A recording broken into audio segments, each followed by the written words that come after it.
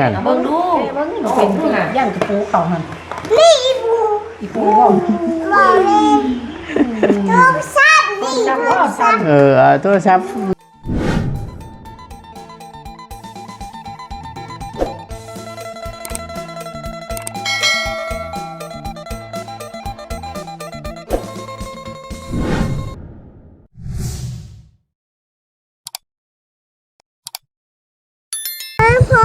พ่อกับไปเรื่อยแล้ว ไปรถบ่ ไปเรื่อย ร้อยบ่ ร้อย มั่นใจ มันไป เบิ่งทางเด้อใช่ แม่ไปเลย ร้อยก็ร้อยชายสั่งให้ร้อยเลยพี่น้องเลยเอาอีแหล่ลุยน้ำข้าห้อมือนี่ปึ๊บฝนตก2 มื้อ โผล่บอกโผล่แม่บอกแล้วตก ปึ๊บไอ้แม่ย่างน้ำหนาก่อน เดี๋ยวพี่จะลงนะ จังว่านี่แหละไปเบิ่งก่อนมีหม่องดึกหม่องตื่นอยู่เบิ่งเด้อโทรศัพท์ตกน้ำได้ย่างไปก่อนโดด ไปเลย เนี่ยมาขอบไปดู เดี๋ยวไปทางเลย พอดีทั้งประตูมาทางลัดพี่น้องนึกว่าเพิ่นสิบ่ยากซะดอกพี่เด้จ้ะห่างทั้งนี้เด้ เลิก ห่าง ไป ทั้งนี้พี่แอมมาทั้งนี้แอมมานี่ไปนี่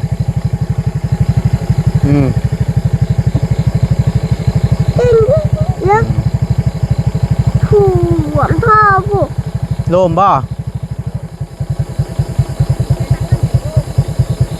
ทางนั้นบ่ได้โลมบ่โอเคมาฮึบ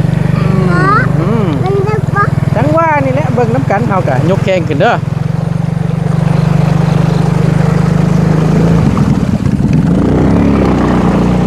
โอ้ยเกือบตายฮึบโ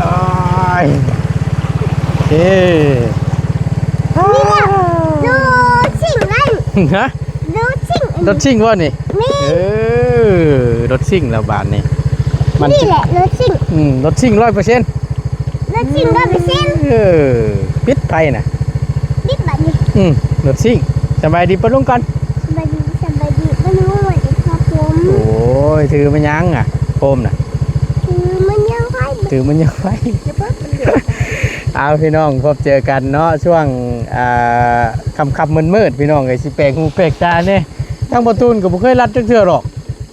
เห็นว่าคงสิน้ำลงแล้วแหละสะดอกว่ามาทางลัดพี่น้องเลยว่าลัดชมชื่อดีน้ำยังหลายอยู่เนาะ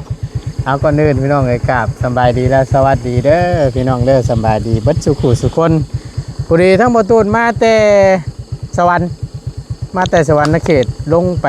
สอบใบขับขี่รถจักรนี่แหละโมเมนต์ใบขับขี่รถใหญ่ได้พี่น้องเลยใบขับขี่รถจักรลงไปกับอาจารย์เล่าเนาะกะผ่านพ้นไปด้วยดีเพิ่นว่ามื้ออื่นนัดลงไปเอาว่าสั่นทางประตูนก็เลยบ่ได้ไปทางใดมื้อนี้แวะเข้าไปเยี่ยมทางแม่บ่เตียงทางแม่บ่เตียงกับผู้ดีไปกวดร่างกายเช็คร่างกายอีกรอบนึงเนาะก็แวะเข้าไปเยี่ยมแล้วก็ผู้ดีขึ้นมากับช่วงค่ำๆพี่น้องไอ้ผู้ดีทั้งประตูนก็เลยเข้าไปเยี่ยมตู้แม่ก่อนบ่ได้เข้าไปลนได้เข้าไปหาแล้วก่อนซื้อผลหมากรากไม้แนวอยากแนวกินเข้าไปต้อนไปฝากนั่นแหละบ่ได้บอกบ่อยู่บ่ได้เนาะเจ้าไปเนาะหน้าเราจักเข้าเราจักเนาะไปฉันไปขึ้นมาไปตึ๊บแน่นขึ้นหลังไปยังไปเต่ากันนั่นก็สิ่งด้วยกัน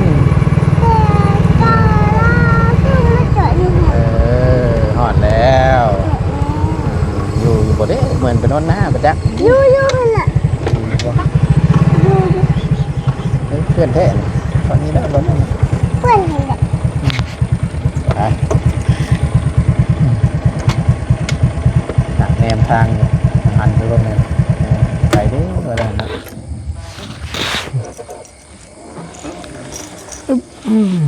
ไปคุ้มไปบ่นั่งข้างเลยมาจ้ะตึมอยู่ไปล็อกคอกันเด้อ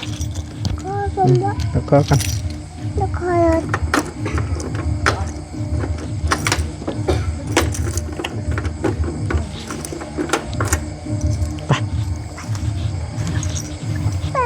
คือม่วนแค่บาดนี่โอ้บัวอยู่ใส่นี่เปื่อนเปื่อนแท้ เพื่อนเพื่อน เนาะฝนตกเบิ่งนึงนี่นะอันนี้ เพื่อนตัวคนนี้นะ อึ๊บ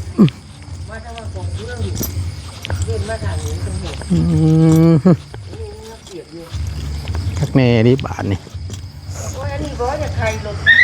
หมั่งในบ่ รถคนบริเที่ยว เนาะโอ้มาไปสิมาห้องคักแท้บาดนี่ไปเข้าในไป ข่าวมันไม่มีลูก เพื่อนเนี่ยดิเพื่อนเตียงกับไปไว้วังนั่นนี่เห็นมันกับมุ้ยทางไปพุ่นแล้ว เอานั่งบางหันจะบริเที่ยวบางเดียวนี่ โอ้ยมันกับมุ้ยทางไปแล้วเนาะลงมันพี่มันกับเพื่อนวะ ใครเนี่ยมันเห็นไง เพราะ เดี๋ยวเพิ่นลงเลยเกือบสิเพื่อนนะไป มันเห็นเดี๋ยวลูกมันเห็น อึ๊บโอ้ย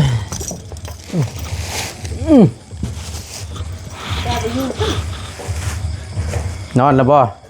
ยาอ้วนนะเดี๋ยวตาป้าอันฮึบฮ้อนแท้นี่ฮ้อนเน่าเถอะดิแข่งกุดอีกเลยฮิบเป็นยังอีกบัดนี่ มันเก่งมันปั้น ไป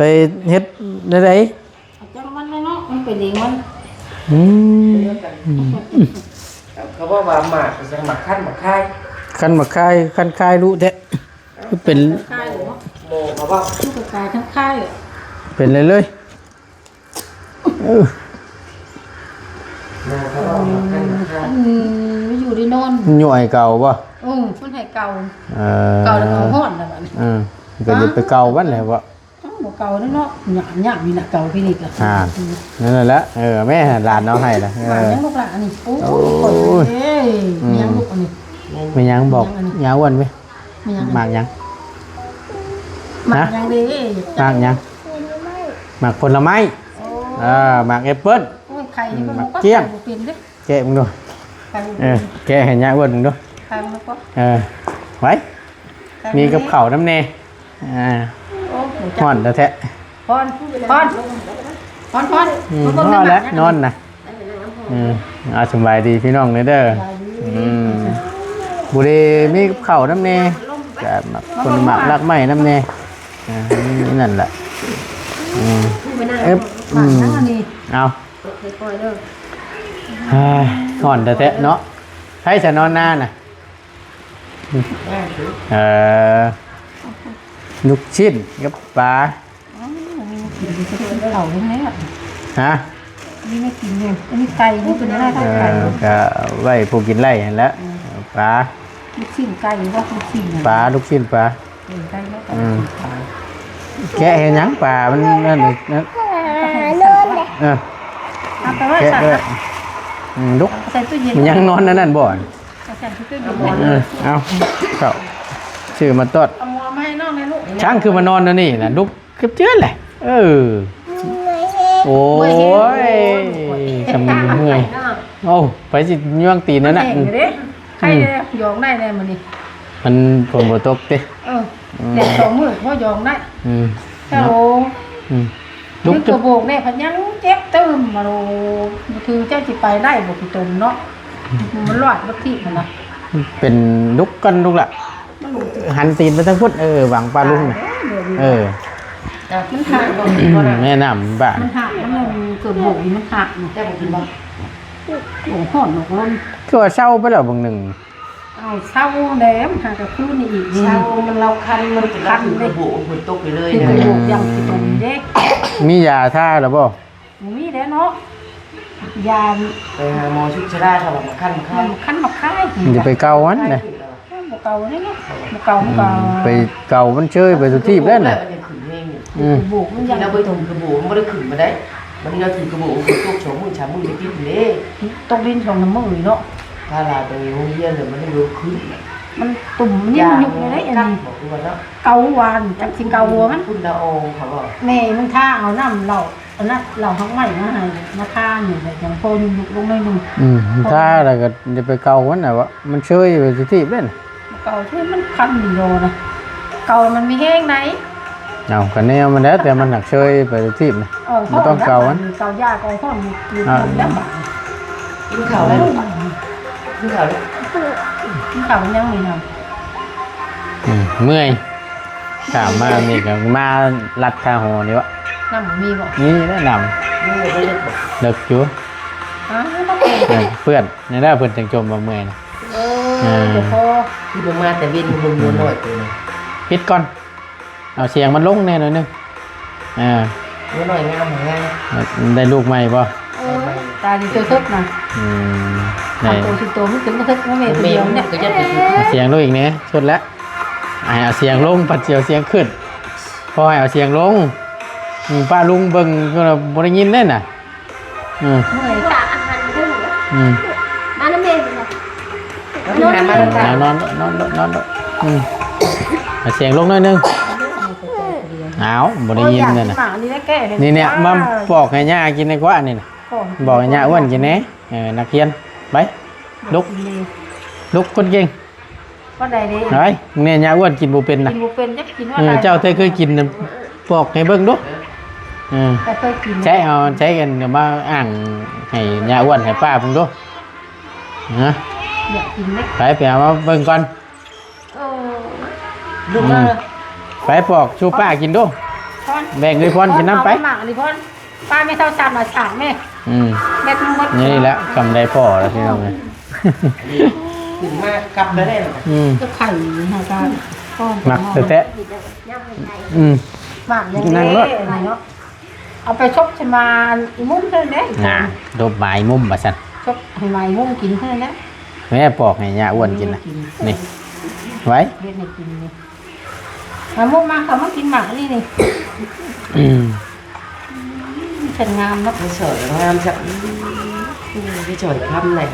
บอกแม่ไปสวย ต้อง คำ ตลาดบ้าใช่ แวะชื่อบ อต้าบอก หืม บอต้าก็นั่นเนี่ย ไปใช้ เอามาขายเกลือ บุกงามบอกคือนอก จังได้เหรอเนาะ ไม่ลานงามบ แล้ อ ว ก คุณบ้านนอกกันว่ามุ้งมุ้งแบบเขา มัวบ่ไม่ขาย คุณบ้านนอกมุ้งนอกเขาจะยังนอกใช่กันแบบ บอก งามบอก ผ่อนแน่ เขาไม่ขายนะ เราตะมาขายเครื่องอยู่ตลาดบ่ ไปแม่ทุกคนเป็นยังไง อยากงั้นน่ะ จะไปให้คนเราจะไปคนเก็บขนมเลย เอาคำกินแล้วลุกปอกให้ย่าอ้วนให้ป้ากินน้ำเอาไว้ก่อนตอนนี้ไว้ก่อน นี่ก็ตกไป แบ่งได้ไหมปอกแบ่งไงเอ้ยป้อนน้ำ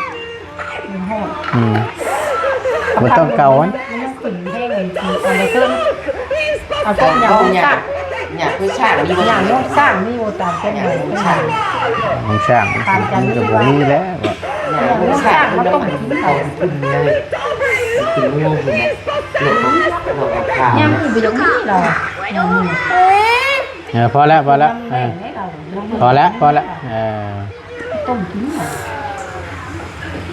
หมักขั้นหมักไข่ แล้วก็ลูกกินดัง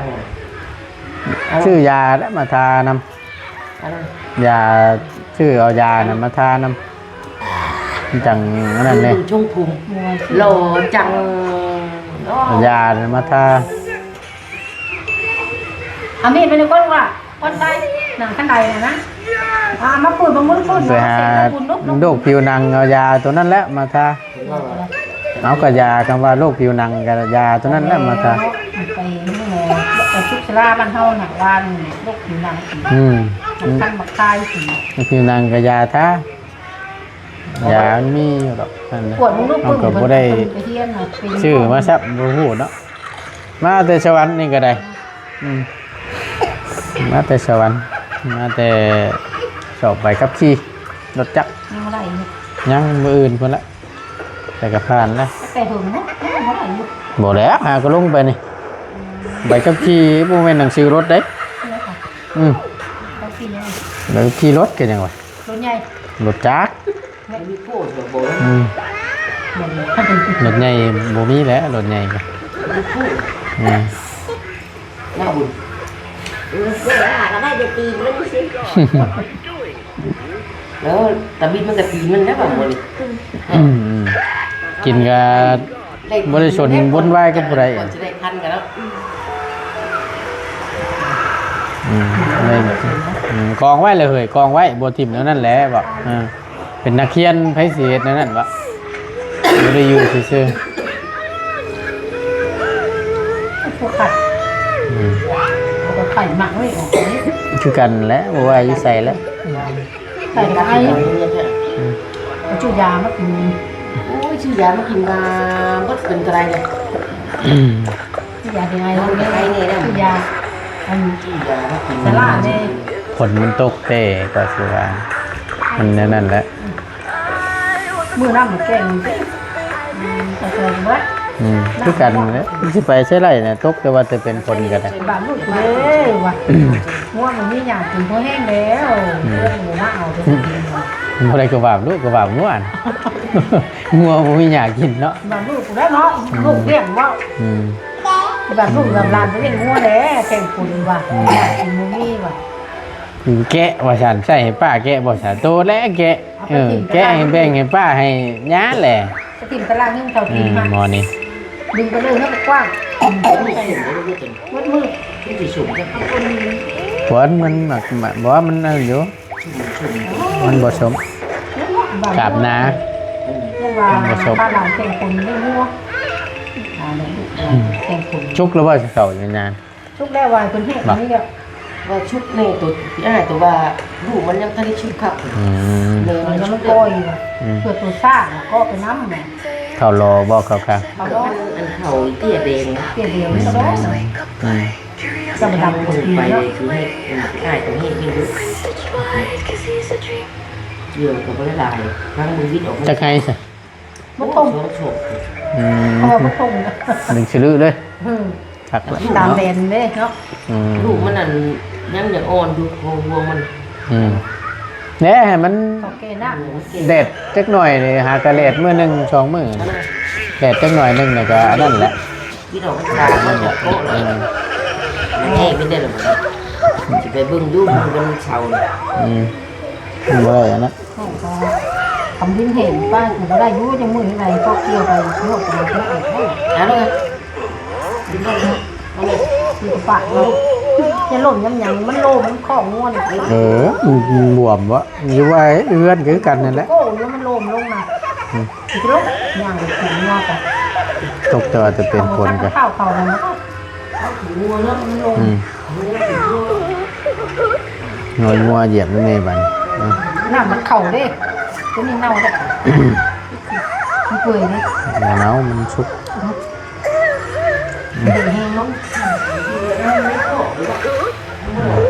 ใช่แบ่งให้ไอ้พรก็ผูกไอ้พรเขียนหนังสือล่ะ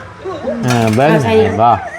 คนที่คนไม่นั่งคุ้มนะคนเองเดี๋ยวมาน้องคนไม่ลูกเขียนชื่อนะ ดีแล้วให้เฮียนเขียนเฮียนอ่านนั่นแหละจังนั้นจังเป็น เพลงเนาะคันของเพลงเนี่ยไล่ไปแล้วหวานเพราะลูก เป็น ลองเพลงกู โลกเพลงตัวนี้ไม่ใช่ตัวนี้นี่ ก็ถึกแล้ว เป็นกับก้าแล้วก็อาบน้ำในท้องแล้วก็เมียกับเต่าอยู่ทางดัง ก็ถึกแล้วล่ะเป็นพาสอนพาเรียน ลองลองทานลูกลองลองอยู่ทางนี้ผมลองมาเล่นเลย ก็ใส่กันใส่โอเด้อเอาเขาเฮียนใหม่นี่บ่เฮียนได้จักมื้อล่ะ คิดไป ติดปลายแล้ว ไปจำคิดเลย คิดโลก นี่เด็กเขาเดือนนะเด้นั่นแหละไอ้เฮียน เขียนนะพ่น ไอ้เฮียนด้วย พ่นเลย ยามันดอก มาตู้เบิ่งดูหาปุ่นจะน่าจะเขียนว่าใดลูกมาเบิ่งดู ไอ้เฮียนเขียนเฮียนนั่นแหละจับใจนั่นแล้วมือกันนี่คือกันเนี่ย มันจับเองพ่นคุณน้อยจับใส่ มากับเฮียนเขียนกอไก่ พอไข่เลขหนึ่งเลขสอง นั่นแห นี่ ละ แต่คนแม่เผาสำลักอยู่ จังนั้นแน่ คุณน้อยว่า จะได้เป็น จะเผาเด้อนะออกไปอยู่ไกลๆใครเล่นนกเซตนอกอันพ่อแม่เขา แม่นอยู่ใกล้แล้วก็ ใกล้ด่านเล่นมาใส่อยู่ ปะไอ้เพิ่นเบิ่ง เอา นี่ ละ ล่ะ ล่ามเลย น้องมัน ยันโต๊ะนั่นยันโต๊ะนี่ยากเลยยากแล้วว่าทำเขาให้แล้วก็มาพ่องานแล้วก็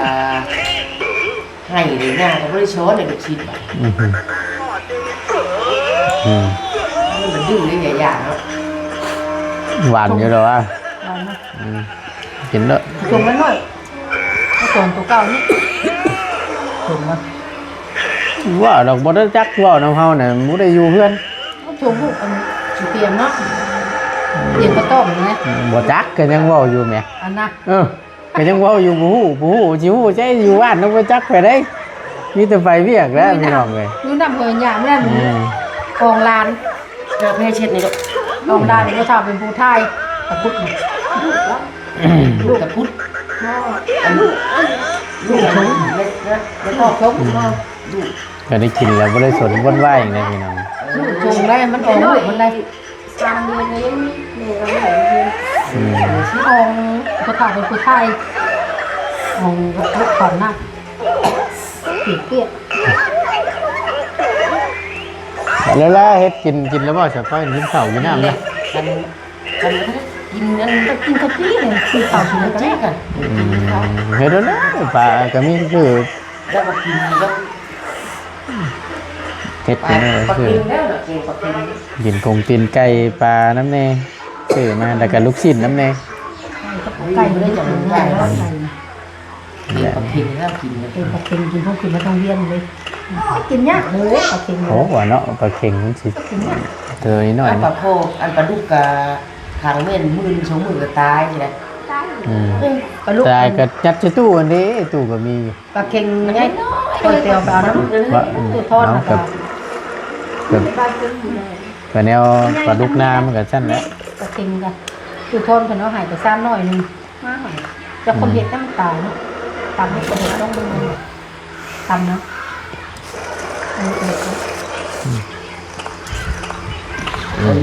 ก็ได้กินนี่ก็บริสุทธิ์อย่างได้พี่น้อง ว่าแล้วบอกให้ติดเลยก็ติด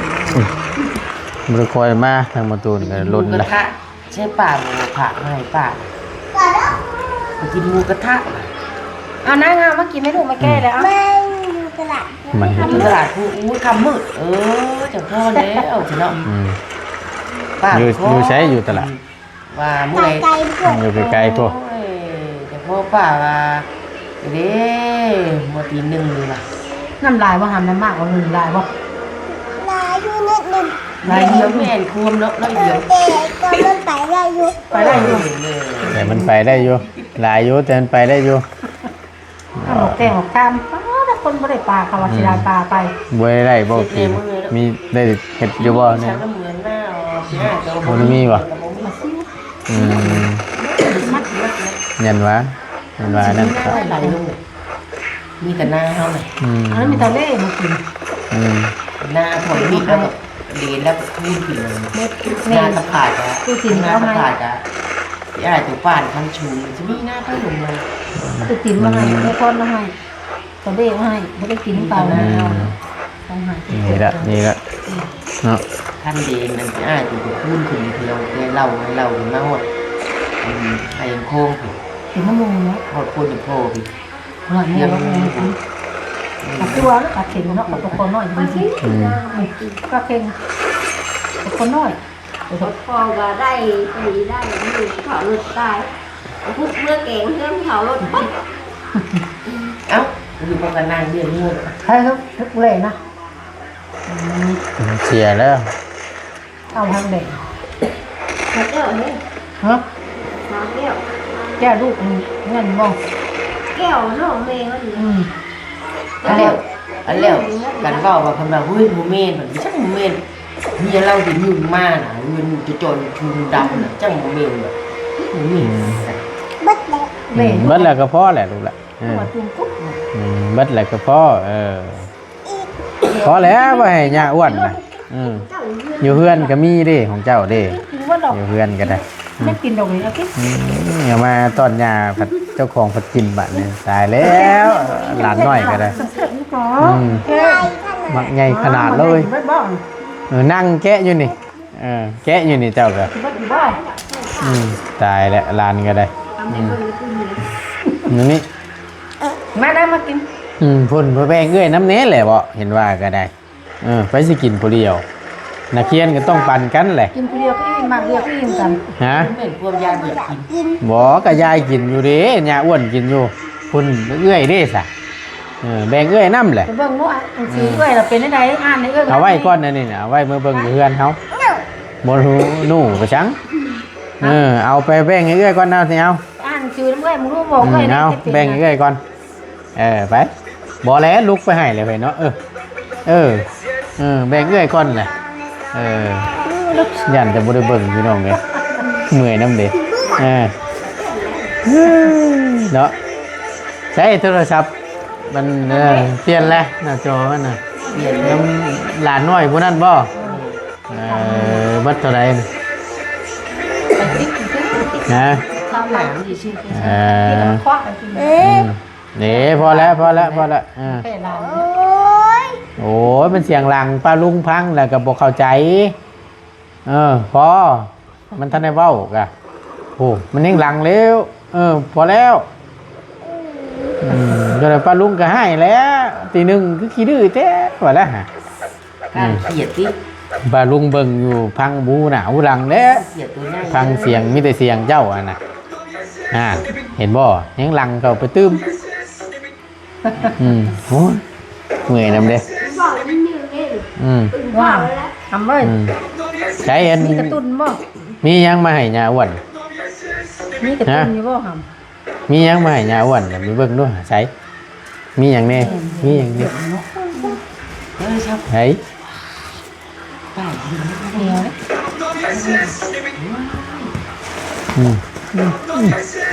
โอ้โห เขียดก็หาเขียด มี เนี่ย แก้มันก็เป็นแก้มันเป็นแก้เด้ เขียดเขียดป้ามันจะคนเขียด แก้เบิ่งแน่ เบิ่งป้าเป็นนะ แกะเบิ่งก่อนแกะเบิ่งก่อน ป้านั่งบ่ได้นี่ไม่แก้ แกะเบิ่งก่อน เต็งจอมข้อมันคันเต็ง โอ้วชื่อยามาท่าแกะจับเสีย แก้มันด้วยแก้ แกะมันดูยาอ้วนแกะบ่เป็น มันเป็นแก้กันจักสิเมนอย่างยะ มาเบิ่งด้วย จนมีงู แกะเบิ้งเอาเนี่ยเอาแกะน้ำเบิ้งน้ำเอาแกะไปน้ำนี่เอามาแก้เบิ่งยันงูแล้วกันแก้บุญครัว มักกระแตะกระตุ่นกันเลย กันเนี่ยนะ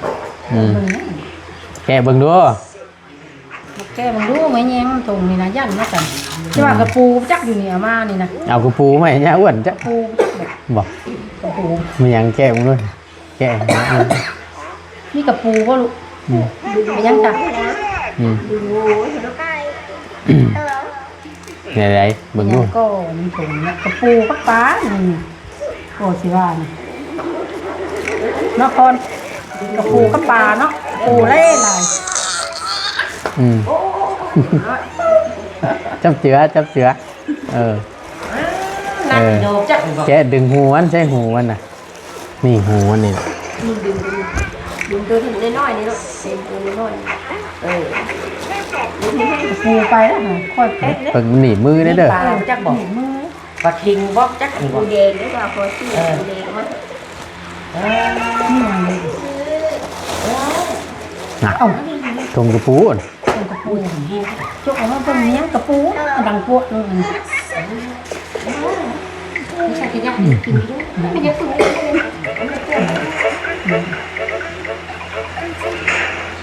เขียนมาให้ยายเบิ่ง เราเจี๋ยไม่ยายเบิ้งกันชื่อนี่ไม่ยายอ้วนเบิ้งกันชื่อนี่ตายแล้วอายมาเบิ้งไว้ นี่ทองสมัย ต้องทำไมบ่นี่ แม่นบ่ ใช้โทรศัพท์บ้างค่ะใช่น่ะ ไม่เห็นนะ เบิ่งค่ะ นี่ได้นี่น่ะ เอาเบิ้งกัน เบิ่งดู เบิ้งเราเป็นที่ย่านกระปูเขาหัน นี่อีบู อีปูบ่ บอกเลย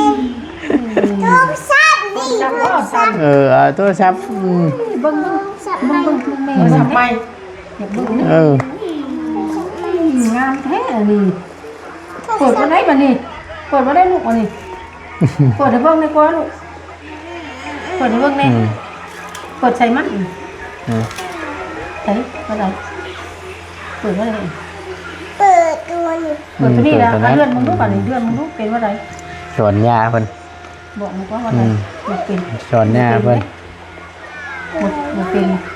ตัวใดแม่ไหนเบิ่ง บ่จักเลย ชุดสีเต็มอ่ะมีทีใช่มาได้มีคนบัตรเนี่ยมาได้คือมันมีคน ตัวนี้ก้อนผีตัวนี้ก้อน ตัวนิดก้อน เลย นิดบ่มี อันได้นิดว่าได้นิดนะ ชื่อบัตรตัว หันโมเป็นหันเดินไปว่าได้อย่างนู้นดูจักเล็กได้ไหมโมเห็นยังยังก็โมเห็น หมู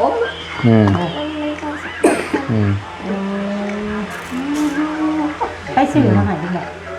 พ่อ พ่อโอ้ยผมตกใจลายด้วยทำเด้อดีไม่แห้งเด้อ เอาก็มีแต่นี่แหละ ดีไม่แห้งไม่ร่ำไม่รวยยกให้งามไปไหน ถือโทรศัพท์มาให้เพิ่นพี่น้องเอ้ยก็บ่ได้แพงดอกราคาสบายกระเป๋าน้อยนึงก็ราคาย่อมเยานี่แหละก็เงินเดือนบ่หลายเด้ได้ฉันเอาพอได้ใช้พอได้เปลี่ยนตัวนี้ก็ของเก่าเพิ่นแล้วให้หลานใช้ ลานพยักไล่ หลานเล่นน้อยใช้ว่าซั่นจ้ะแต่ครับนี่แหละทั้งแม่น้ำแน่ก็ได้เอาแบ่งกันว่าอันน่ะแล้วก็มีน้ำมันสายสากมันน้ำแน่ ถ้าจากไปชื่อกับบอกเข่าสากเข่าบอกเข่า นี่เชื่อเพิ่นแถมอันนี้นะ ยาเลยยาเลย เชื่อใช่นี่แหละ สุดก็เล่น ใส่ได้ก็ใส่คงสิหาคนใส่ยากอยู่ดอกเนาะเบิ่งนี่ซ้ำนี่ มันหน่อยวะ มันน้อยนะมีแต่ใส่เดียวกันทั้งนั้นแม่กับลูกแล้วนี่ โอ้ยชิหน่อยจะเชื่อมึงคอยตกเบิ้งคอยนุ่งตัวเองกูเห็นลมใช่ไหมทำอยู่แต่ถึงได้ นี่สิเป็นเคสเพิ่นอันนี้แถมมาอันนี้คือใส่ทั้ง มันอยู่เนาะนุ่งได้ เอาได้ก็นุ่งแต่นุ่งได้ก็นุ่ง ได้ฉันละคนหนึ่งด้วย นุ่งบ่ได้แล้วก็บ่ต้องนุ่งอันนี้สายฟางมันอันนี้นะสายเสียบสายเสียบ ชิโนพังล็อกพังลำอยู่ เสียบ โอ้ย ก็ ดีแล้วตัวอยู่เนาะ เสียบก็ตัวนี้นี่นี่ ใส่หมูก่อน บนใส่มันแล้วมีแต่ใส่ซิมมันนั่นเด้ซิมมันอยู่ใส่เครื่องนี้บ่ นี่ในคน มีเปลี่ยนอยู่บ่ตัว นี่ที่ มีเปลี่ยนไปแล้วก็เปลี่ยนใช้เด้อ บ่เป็นไส้นะ เอาแกะซิมใส่แล้วก็เอาใส่มีซิมได้ใส่เอาล้านช่องล้านเนี่ยช่องล้านพี่น้องเลยพอได้ใช้ บ่ได้เห็นอยู่ใส่ที่ใดเลยได้เห็นหน้าเห็นตากันแต่นี่คืออยู่เป็นซากซะสาธุเงิน ใหญ่น้ำเฮาดีเราเพิ่นก็ได้ เงินลูกนี่แหละ เงินลูกแหละให้ดีแห้งอยู่คนนี่แหละว่าทางนี้เขาเอาเงินเอาคำคุณไว้คำคุณ ไม่ได้ที่ดูออกเลย สึก แพงละ คำมันแพงพวดกัด 70,000พวกแพงโด เอาไปให้แล้วก็เอาชิ้นถึงให้ อันนี้เป็นหัวฉากมันอันนี้ จากก็ทำให้ดู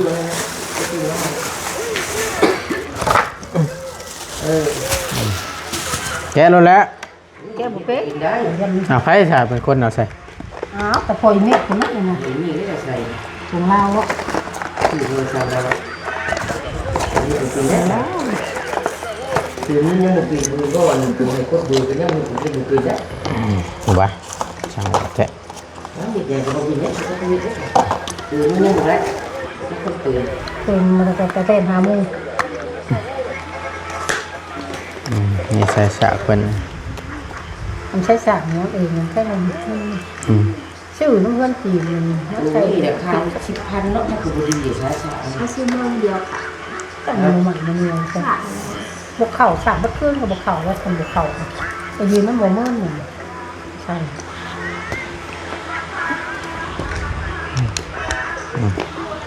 ที่เขาแรง ใส่เสื้อเพิ่น เมียเดิน เล่นน้อยนี่ก็ได้พี่น้องลูกหลาน เอาเมียเดิน ยังบ่อิ่มบ่ต้องเมียนว่าหั่นล่ะให้เพิ่นกินเองเพิ่นเลือกกินเองเพิ่นดอก ยังบ่มีเดียวก็ได้ เพิ่นเลือกกินเองเพิ่น สวย ใช่จะซิมตัวหนึงเด้อจะบ่นั่นๆของไฟสองตัววะ ที่หูกันนี่ สาวซิมป้าได้เสร็จเลย มีแต่ เอาซิมกันได้ใช่อ่ะ มีแต่ว่า การพ่นด้วยเลย เอาของเฮามาใส่ตัวนี้แล้วของนางฝันเพิ่นก็มาใส่ของเราเอง นั่นแหละ เออ ก็เอาตัวนั้นก็ใช้หน่วยใหม่นั่นแล้วก็เอาตัวนี้ใช้ตัวเก่านี่แต่ผมมีเงินเลย หมดถ้าว่าท่านป้องมาอยู่บ่บ่เห็นว่ามาแต่เดือน3เลยต้องอยู่ได้ มีเงินกะ อืม ประธานได้อันเป็น ได้ ใหม่ ดี ว่า แท้หมดเลยก็แล้วคนไปเรียกคนว่า กินอีกว่าลูก ทานสดเป็นซี ช็อตสิใหม่ได้เด้นี่ ใหม่เลยได้เป็นคิวเลย อะไรได้ ประธานละ จะอยู่ช็อตใหม่แล้วก็ยากซื้อนั่นก็ยากกว่าดู ยามันแล้วซื้อให้ใช้ ใส่ อืม ใส่ใหม่ ใช้รถนะใช้ซิมน่ะ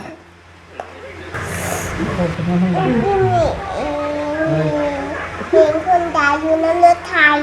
ใช้เอาอะไรละมัน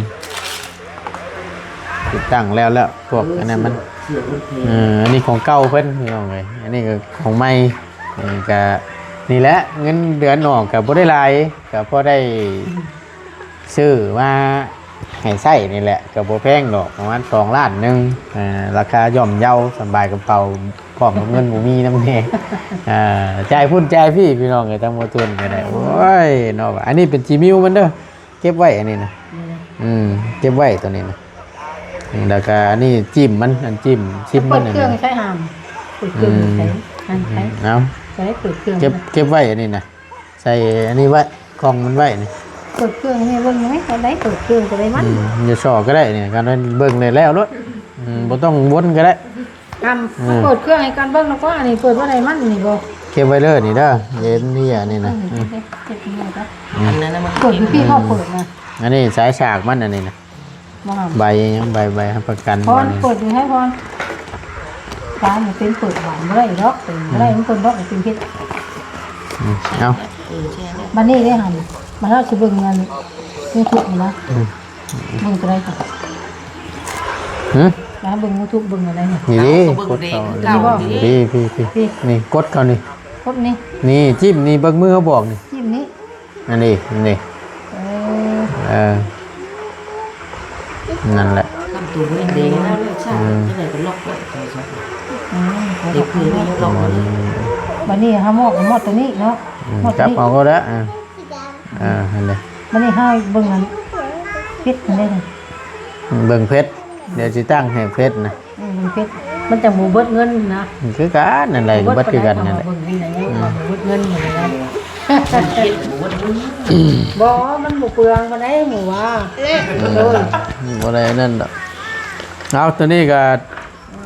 ให้หลานน้อยเบิ่งตัวนี้ก็ได้แบ่งกันใช้นั่นแหละเด้อ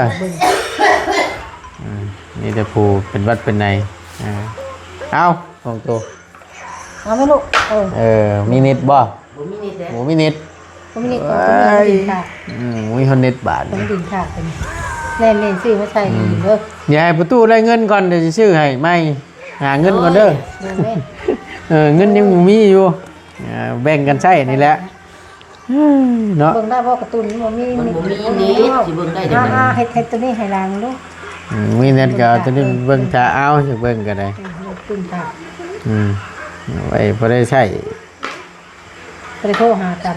เออ หน่วยโทรศัพท์หน่วยเดียวโทรคนหนึงปักแซวก็แล้ว เอา เอาไม่นั่งเอาตู้ตัวนี้ เออ ตัวนี้ตัวนั้นบ่มีตัวนั้นมันบ่ได้มีเงินได้ตัวนั้น เติมเงินก่อนมาแล้ว ลูกอันเนี่ยการ์ตูนงานได้ตัวนี้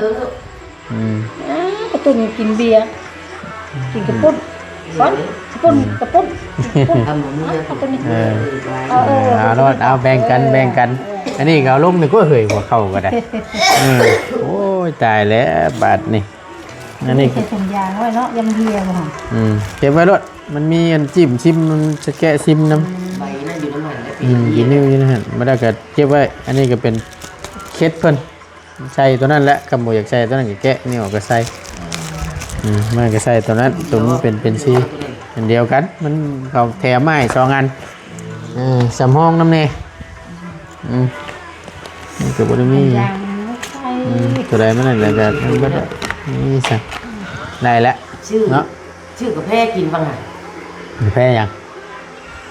เรียนนะ ตอนเช้านี่แหละ นั่นแหละนั่นแหละ ว่าแล้วยายบ่รอดเลย ไปชื่อทางเช่า อันนั้นมีกาแฟพร้อมเด้ ยาเก็บ ไผเอามาขาย ยาเก็บเก็บเม็ด เกล็ดเพชรเลย มันนั่นเก็บเค็ดมาให้ง่ายๆน้องมึงรู้จักค่ะ เอาดีเด้มาขาย ว่าเอ็นเดียวกันเลย อันเดียวก็เขานั่นแหละอันเดียวครับกันนั่นแหละ กับเยียนนู่นมาขายบ่ นั่นแหละอันเดียวนั่นแหละการเอาอีกเช้าหรือการกินการเช้าดีเจ็บเดียวกัน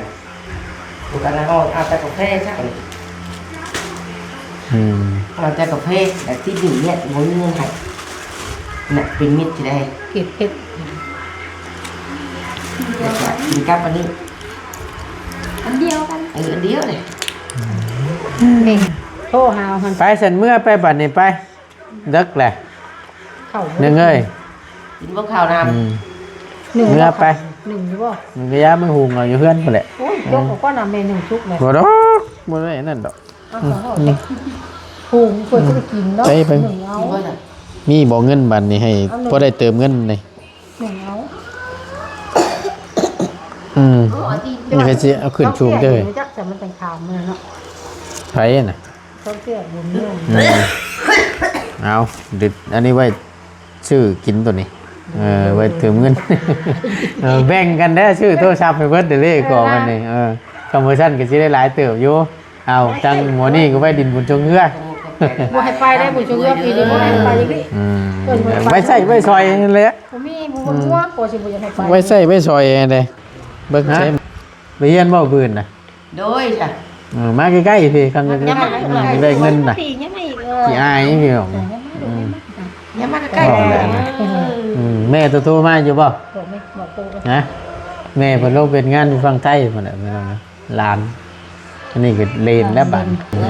เอาเงินไปซั่นบัดนี้เพื่อเป็นการบ่เสียเวลาเดี๋ยวมันสิลึกสิลื่นเดี๋ยวพา ใจเวลา หลานน้อยเมื่อก่อนเนาะก็ระวังน้ำแล้วอาหารการกินกันเลยก็ชื่อยาแล้วมาท่าเด้อไปชื่อรถแน่อยู่นี่มีเวลาเดี๋ยวชื่อมาให้ ได้นะไม่มี นี่ศึกษาน่ะ มีเรื่องใบไว้ว่า ปล่อยได้นั่น มีพุ่นละ แหวนนั่นก็ ศึกษาน่ะขัดยาที่มาลองเข็มนึง เอามาท่าน้ำเนี่ยไป คือกระ นั่น โบ เนาะ กมันหลงมันหัก มั เนาะ นห่อนมันอบมันเน่าได้ มึงเว้นเด้ แต่ว่า ขลับเนื้อว่าอย่าไปเกามัน ด้วยกี่ตัวมันนักที่เกิดเนาะมันโลม ก็เบิ่งข่าวเลยสีเอางัวจุลีชื่อเล่นไปน้ำเครื่องนึง เนี่ยน้ำเลยก็ โอนมีเพื่อน นังกะติ้วหัดหัวมันนั่นนะ หักกันไหมหักโลดติงนะ นังกะติ้วหัดหัวโดดไปเลี้ยงลูกเลยกัน หักโลดติงเจ้านะ โอ้ยมาเล ได้ ย จ้ะเนาะ ติงมัน รู้ ลูก จักที่ไหน ไปลุกเมื่อ บ่เมื่อย้อนน้ำยาอ้วนบ่นอนหรือนอนน้ำยาอ้วนนอนน้ำปลานี่เด้อนอนน้ำปลาอ้วนนี่เด้อ โมเนาะโมเมื่อกระยามือมันก็ลิ่นลิ่นนองขี้ตมเนาะกบเขียนลายชับนองหนูลายนี่กบเลยแต่หนูยากก็กระปูนะลายชัก เบิดแล้วนี่ ไปก็ ไปพี่น้องเดียวมันสิยืดสิยาวเนาะมันก็มีแต่จังหวัดตุนก็จะได้ขอลำลาและขอจบคลิปไว้เพียงเท่านี้ก่อนเนาะขอบคุณหลายๆเด้อพี่น้องเด้อที่เขามาเป็นกำลังใจและติดตามรับชมคลิปโลโปรแกรมโฆษณาเนาะสิ่งที่สำคัญกับมุ้ยยังลายพี่น้องเลยแม่เอากับข้าวมาต้อนทั้งตู้แม่ทั้งเอื้อยแล้วก็ซื้อโทรศัพท์มาให้ทั้งแม่พอได้ใส่ได้ซอยกับมุ้ยยังลายเนาะไปอยู่ดีมีแห้งพี่น้องเลยสบายดีเด้อพี่น้องเด้อไปโว้ย